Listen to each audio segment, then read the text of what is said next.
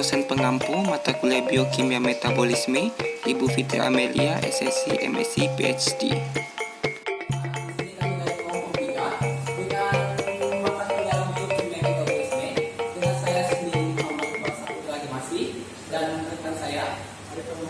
Dan saya Francisca Rahmat.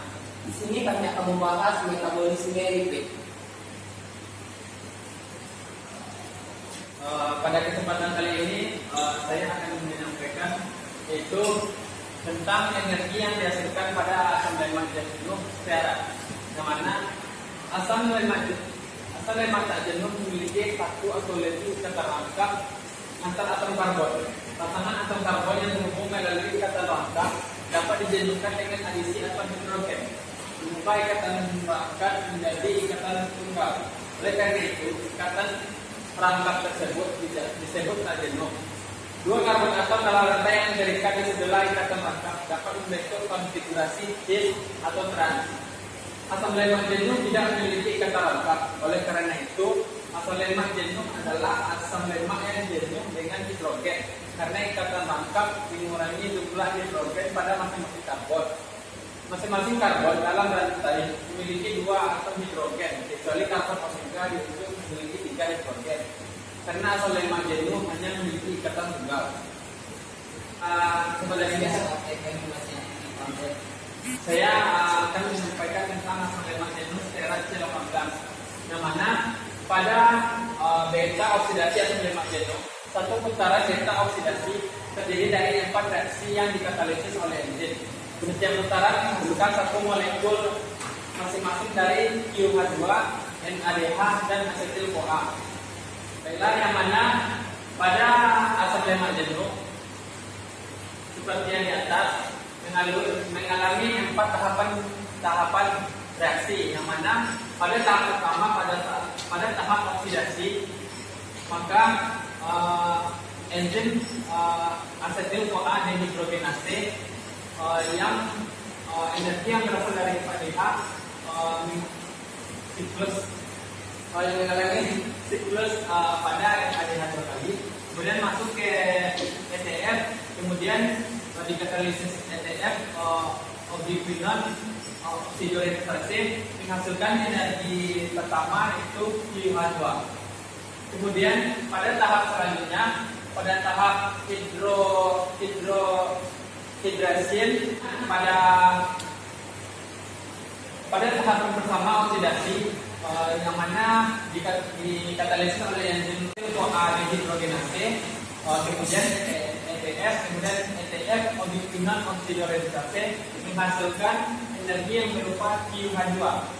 Kemudian pada tahap ketiga dibantu oleh enzim 2-CoA hidratase, dan pada tahap ketiga menghasilkan 1,13 hidrohasil CoA. Kemudian pada tahap ketiga, pada tahap oksidasi, energi yang dihasilkan yaitu 1,2 NADH menghasilkan 3 ketoasil CoA. Kemudian yang terakhir, pada tahap terakhir menghasilkan energi yang berupa asetil-CoA. Kemudian yang terakhir, pada siklus terakhir menghasilkan fatty acid CoA, yang mana siklus tersebut tetap berjalan pada asam lemak jenuh. Kemudian apabila kita hitung energi yang dihasilkan, yaitunya 1 QH2 ditambah 1 NA ditambah asetil-CoA, yang mana asetil-CoA ini masuk kepada siklus Krebs. Seperti yang telah kita pelajari pada pelajaran sebelumnya, yang mana seperti yang kita pelajari sebelumnya, yang mana siklus Krebs tersebut pada asetil-CoA menghasilkan energi yang pertamanya 1 NADH, kemudian ATP, FADH 2 kali, dan NADH. Jika di total seluruhnya, maka didapatkan 1 ATP ditambah 4 NADH ditambah 1 SADH. Apabila kita kalkulasikan, maka didapatkan 1 KH2 ini sama dengan NADH ditambah pada siklus N1 NADH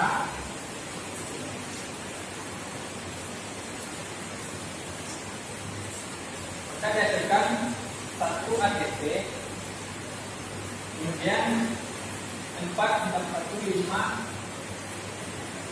NADH dan 1 KH2 ditambah 1 SH2 dan 2 SH2. Nah, inilah reaksi akhir dari energi yang dihasilkan dari asam lemak jenuh TRA. Beta oksidasi asam lemak dengan asam lemak tak jenuh dengan atom C6.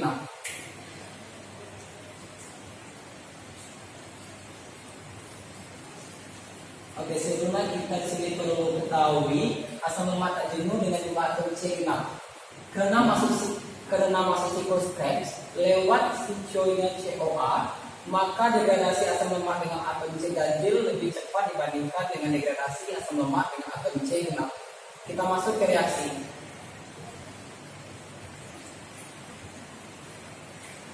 Oke, di sini adalah contoh reaksi dari asam lemak tak jenuh rantai panjang, di mana di sini untuk rantai panjang itu menyeluruh antara atom C genap dan atom C ganjil. Perbedaannya cuma di reaksi yang kelima. Reaksi yang kelima di sini perbedaan asam lemak jenuh dan tak jenuh itu dibedakan oleh ikatan rangkap yang menandakan cis atau transnya.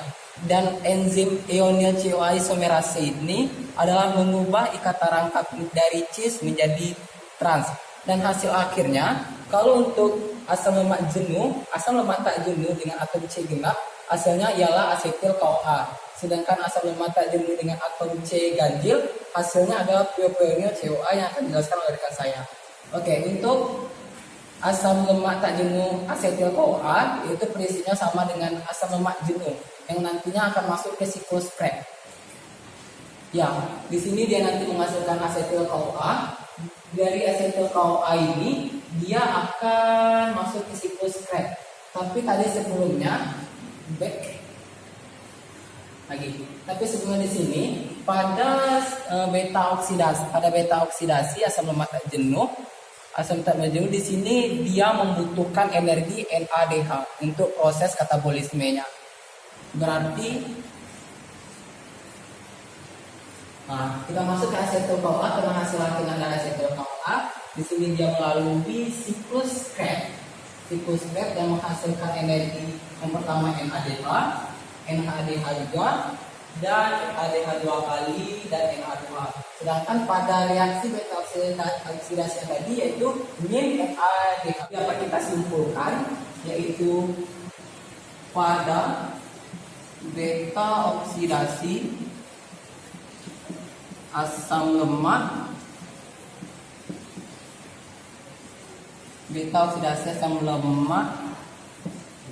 tak jenuh, energinya atau membutuhkan energi yaitu min NADH. Kalau sudah masuk ke siklus Krebs, energinya menjadi dapat disimpulkan, berarti tadi dari ini min NADH pada siklus Krebs yaitu ada 1 NADH, 2 NADH dan 3 NADH.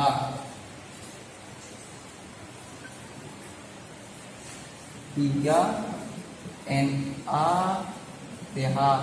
dan ada 1 FADH 2 kali dan 1 ATP. Jadi total energi yang dihasilkannya kita dapatkan jika kita bisa mengkonversikan ini ke dalam bentuk ATP, yaitu 3 dikali 2,5 ATP, dan ini 1 dikali 1,5 ATP, dan ini 1 ATP. Ya. Berarti hasil dari seluruhnya yaitu adalah 10 ATP. Ini jika sudah masuk siklus Krebs.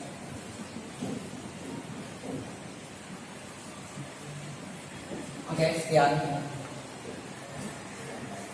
Dalam kali ini kita akan memasuki poin ketiga dari pembahasan teks tentang asal lemak dan jenuh dengan jumlah pembentukan dia. Di mana pada sebagian besar asal lemak memiliki jumlah atom karbon genap. Namun kali ini asal lemak dan ganjil terbentuk ketika dapat diselenggarakan oleh bakteri dan oleh beberapa organisme lain. Bagaimana halnya dengan asal lemak ganjil ini? Pada asal lemak rantai ganjil ini tidak jauh berbeda halnya reaksi oksidasinya dengan asal lemak rantai datar, gitu. Kecuali pada produk akhir merupakan propionyl CoA, maka akan berbeda dengan rantai datar yang di awal yang sudah diberikan oleh saudara Iqbal tadi.